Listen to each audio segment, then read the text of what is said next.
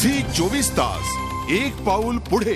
नवी मुंबईतल्या बेलापूरमध्ये किल्ले गावठाण डोंगरावर गोवर्धनी मातेचं पेशवेकालीन मंदिर आहे। परिसरात गुरं चालणाऱ्या मुलांचं रक्षण करणारी आणि नवसाला पावणारी म्हणून या देवीचा महिमा आहे। नवी मुंबईतला किल्ले गावठाण परिसर हा ऐतिहासिक परिसर आहे। या परिसरात पोर्तुगीजांनी स्यावेज नावाचा किल्ला बांधला। याच परिसरात टेकडीवर गोवर्धनी मातेचं मंदिर आहे।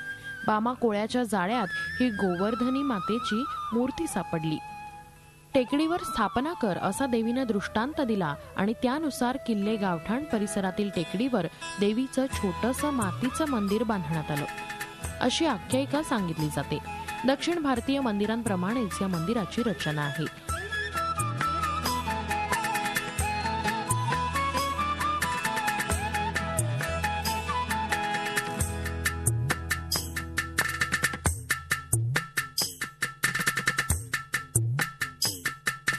देवीची मूर्ती उभी आहे।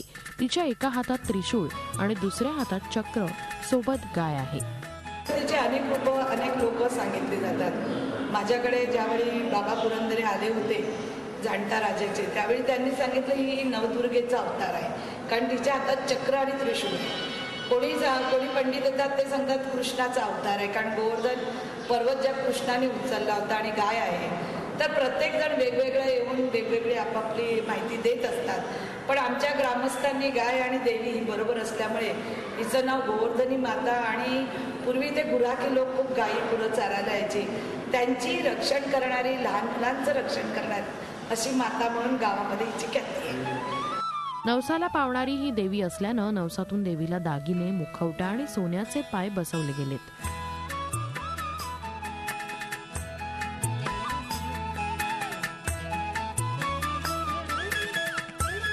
रायगड, ठाणे परिसरातल्या आगरी आणि कोळी नागरिकांप्रमाणेच इतर धर्मीय लोकही नवस फेडायला इथे येतात। नवसाला पावते नेहमी। आपण कुठलाही नवस केला तर तो आपला नवस ही जाऊ देत नाही, म्हणजे आपला नवस तो खोटा ठरत नाही।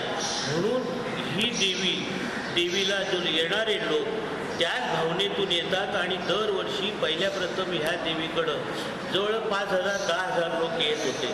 पण आता जर नवसाला पावणारी देवी अशी हिची प्रसिद्धी झाल्यामुळं ह्या परिसरातून संपूर्ण परिसरामध्ये आज इथं जवळजवळ 2 ते 2.5 लाख लोक येऊन ह्या नवरात्र उत्सवामध्ये दर्शन घेऊन जातात। नवरात्रीत आणि गोकुळाष्टमीला या मंदिरात मोठा उत्सव भरवला जातो। यावेळी महाप्रसाद आणि विविध धार्मिक कार्यक्रमांचं आयोजन केलं जातं। गोवर्धनी देवीची ख्याती दूरवर पसरली असल्यानं भाविकांची मोठी गर्दी या ठिकाणी असते। झी 24 ताससाठी स्वाती नाईक, नवी मुंबई। झी 24 तास एक पाऊल पुढे।